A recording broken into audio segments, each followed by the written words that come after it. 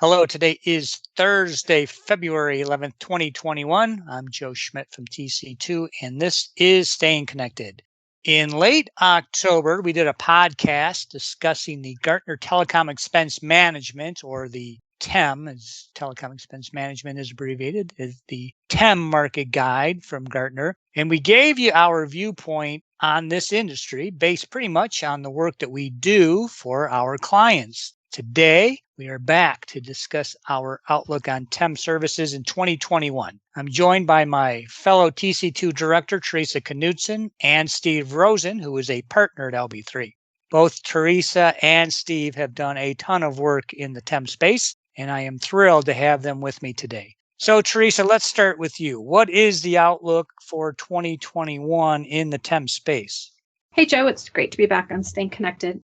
The telecom expense management considerations for 2021 have definitely evolved. And while the global player list in the TEM space has really steadied over the last couple of years, your needs from a TEM supplier have likely expanded and evolved. And we'll talk about some of those areas that you might see those needs. So traditionally, people think about TEM and you think about services related to wireline and wireless network services. So you want invoice receipt, processing, payment, auditing, inventory, and reporting from a supplier. But now your network services are expanding, and you might want those same controlled or internal controls type services over a broader range of things like maintenance, cloud-based services, Internet of Things, and even as a subscription-based services. And oftentimes people want that scope of services from one global supplier.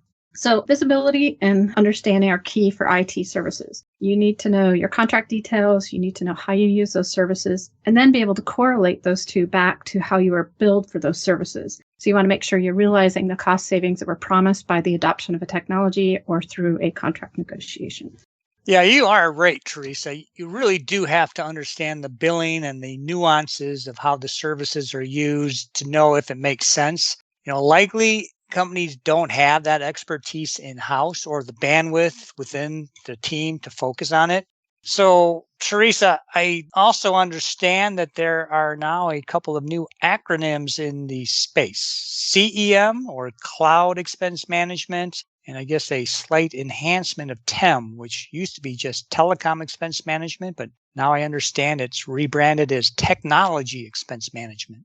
Yeah, I suspect those definitions will be in the next revision of the Newton's Telecom Dictionary, so keep your eye out for that. But, to kind of recap what we talked about in October, in the Gartner TEM Market Guide, there are really 6 global players. And I'm going to talk about those in alphabetical order. And those are AssignNet, Claro-MDSL, CAS, NTT, SACON, and Tango. And I'm going to talk about it in relationship to some research that I did on all 6 of these suppliers' websites to find out what they're doing in this expanded scope of services space. So CEM, TEM, kind of the definitions that we talked about. So what's really interesting, I'm going to talk about each of the 6 briefly, and then we'll have some comments at the end. But when I looked at the AssignNet specific portal, they have, or on their website, they have information about UCaaS. So it's kind of a focus that they have, things like Microsoft Teams, Skype, Office 365, Microsoft Azure. So that's one of the areas that they focus on their website, in addition to basic services related to wireless and wireline services. When I looked at the Claro MDSL websites, plural, because even those 2 companies really combined over a year ago, they still have 2 separate websites. And they have a slightly different spin on each of those websites as to their focus. But the Claro site really focuses on cloud and data center facility charges. And the MDSL site has some information about technology expense management. So really covering cloud, IT asset management, Internet of Things, and they even mention kind of old-fashioned call accounting. When I looked at the CAS portal, they have a lot of information about cloud asset management services, things for services covering like AWS, Azure, Google, GCP on their website. And they even quote some savings statistics of 30 to 60% savings for companies that pull these services under their management. So CAS also has a recent white paper out about their trends that they're tracking for 2021. And one of them that was interesting was what they call BYON, which is bring your own network, and making sure you're managing those costs as your employees are working remotely. NTT, slightly different spin. They really had a focus on the Internet of Things, lifecycle management, and really didn't touch on much else that I could find quickly there. So that was their focus. SACON, really their website is a lot heavy focus on wireline and wireless, but they did have some added information about helping you go through the network transformation lifecycle, things like SD-WAN, UCaaS, and 5G. And Tango really, again, focused on wireline and wireless, but also mentioned a bit on cloud on their website. So they offer advice on cloud lifecycle management, cost allocations, ways to identify cost savings opportunities. That's interesting. That's lots of different spins and focuses from those providers. And you know this, Steve knows this. TEM is definitely on people's minds these days. We've had tons of requests from several large companies interested in either reviewing their current TEM relationship or looking to expand their current TEM environment to encompass really more than just the wireline and wireless spend of old. Yeah, I'm seeing that same kind of volume of requests coming in. And CIOs always ask me why telecom spend and network spend is so hard for companies to manage. And it really comes down to this basic thing that the service providers make it so because their invoices are either incredibly detailed. Everyone has seen those 1,000-page invoices, or they're so sketchy in detail. Like you might get an invoice that just says monthly charge. It has no service address on it, has no detail. So the service providers make it hard to understand based on, which spectrum of the billing that they're on, either too detailed or not detailed enough. And the new spend areas such as cloud-based services or subscription as a service invoices are the same. So you really need to have an experienced person who knows the services, knows the contracts, and understands the pricing nuances so they can correlate that back to the invoices. Yep, I understand that. You need a TEM subject matter expert. But with so many service charges and so much garbage being sent on the billing, and of course, the clock is always ticking to get those invoices processed and paid, companies probably just give up and hire a TEM provider. That's probably why the TEM industry keeps growing. Hey, so Steve, what can companies do to build some type of protection into their TEM deals and give them some contractual flexibility? Thanks, Joe. There's a number of ways that customers can maintain their contractual flexibility in their dealings with TEM providers. First, customers should include ascertainable measures of quality, otherwise known as SLAs, in their TEM contract.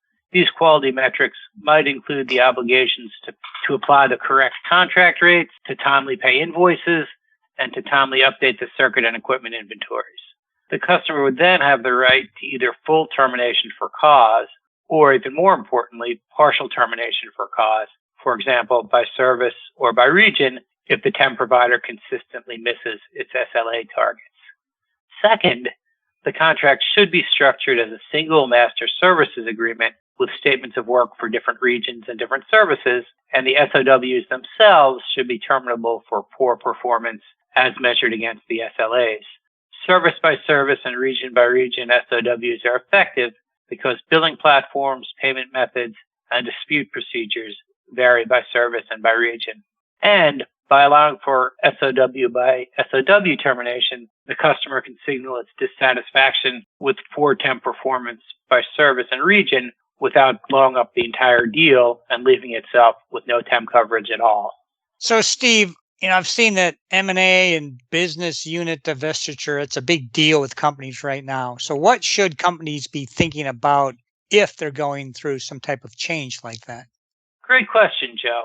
If your enterprise is in a state of flux due to mergers and acquisitions and uncertainty in the marketplace for your goods or services, common themes these days, there are a few contractual clauses that you should ask for. First, affiliates and acquisitions should be allowed to purchase under your enterprise's agreement.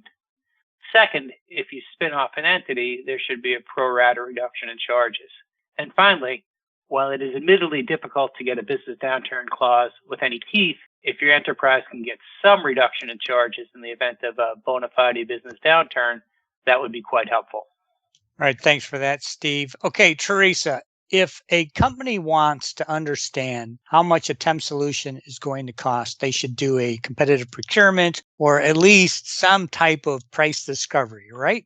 Yeah, definitely. And if you're looking to expand the expense management services to more than just wireline and wireless, definitely seek out some pricing quotes from a couple of providers. If you have an incumbent, get one from them, but also maybe one other one, just to understand how these services for this expanded group of things, like we talked about cloud, Internet of Things type services, how they're being priced, because it's maybe not in the same model or method as they do for wireline and wireless. So The other thing to note is if you have a really strong relationship with your incumbent TEM provider, and if your IT team knows how to use that tool, there's really a strong case to use your incumbent to cover that expanded scope of services so that your team has one place to go for all information related to the costs that they're responsible for. In my experience, the devil is always in the detail, and buying TEM services is no different. Companies really need to sort out what's special about their requirements and what might be a standard offering from the TEM provider. You hit the nail on the head, Joe. While every deal should be tailored to the customer's unique needs, there are a number of contractual clauses that should also be common to all TEM deals. First, the limitations of liability should be reasonable, mutual, and carve out indemnification, infringement, and breach of confidentiality obligations by the TEM provider. Second, the customer should be indemnified for third-party claims and any IP infringement, and should have full IP rights in all deliverables, including reports, recommendations, etc. And third, both parties should be required to comply with all federal, state, and local laws and regulations and protect the other party's confidential information. While certainly not an exhaustive list, these clauses represent a good start from the customer's point of view. Okay, Theresa, do you have any closing thoughts? Sure. I just got a couple. Keep in mind that providers don't make their billing easy to understand. And with complex billing, or maybe sketchy, lacking of detail billing, and complex contracts that you have for these services, there's always room for error. And oftentimes, cost management falls on the same shoulders of the IT team who's responsible to implement and support these technologies once they're installed. And rightfully, these teams are focusing on making sure that things are working properly, and that's a priority. Cost management often falls to the sidelines. So I highly recommend that companies either dedicate resources to help manage their network spend or have partner relationships like with a TEM to help monitor that spend, as these numbers can get really, really large. So it's a worthwhile investment to focus on cost management. Okay, good stuff. Thanks, guys. As you just heard, the TEM industry is pretty dynamic, and there is a lot to consider if you're thinking about making some type of change in 2021. So if you would like to talk about this with Theresa, Steve, me, or any of our LB3 and TC2 colleagues, you can give us a call or send us an email. You can also stay up to date by subscribing to Staying Connected, by checking out our websites, and by following us on LinkedIn.